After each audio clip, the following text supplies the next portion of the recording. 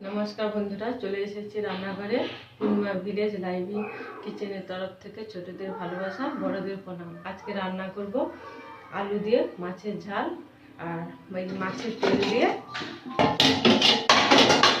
তেল দিয়ে আলু বেগুন আর মিট ফুল দিয়ে তিতে রান্না করব। কড়াইটা বসিয়ে দিচ্ছি।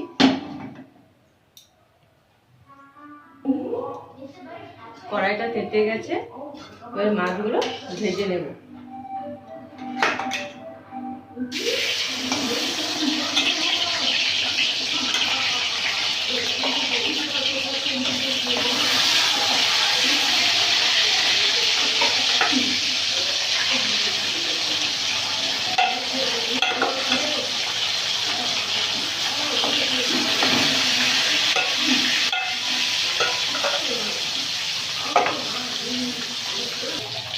মাছগুলো লাল লাল করে ভাজা হয়ে গেছে, তুলে নিয়ে আলুটা ভেজে নেব।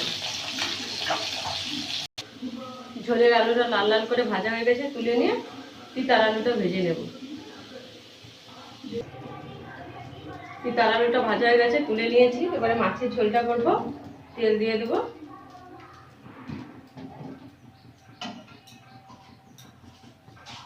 পাঁচ ফোড়ন, দুটো তেজপাতা, পেঁয়াজ কুচি দিয়ে পেঁয়াজটা ভাজা ভাজা করে নেব।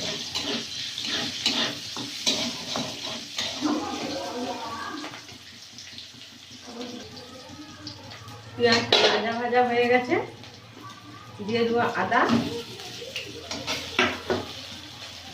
টমেটো, হলুদ গুঁড়ো আর দিয়ে দেবো লঙ্কা গুঁড়ো দিয়ে মশলাটা কষিয়ে নেব। মশলা থেকে তেল ছেড়ে গেছে, ভেজে রাখা আলুগুলো দিয়ে দেব, দিয়ে কষে জল দিয়ে দেব। কষানো হয়ে গেছে, তিল ধোয়া জলটা দিয়ে দেব।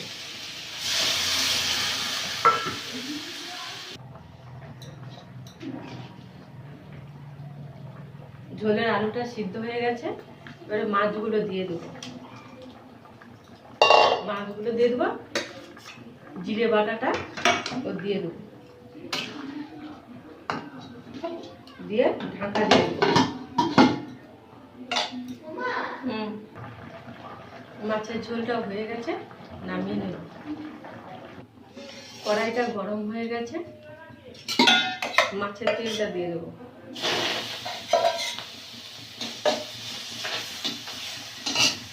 অল্প একটু তেল দিয়ে দেবো।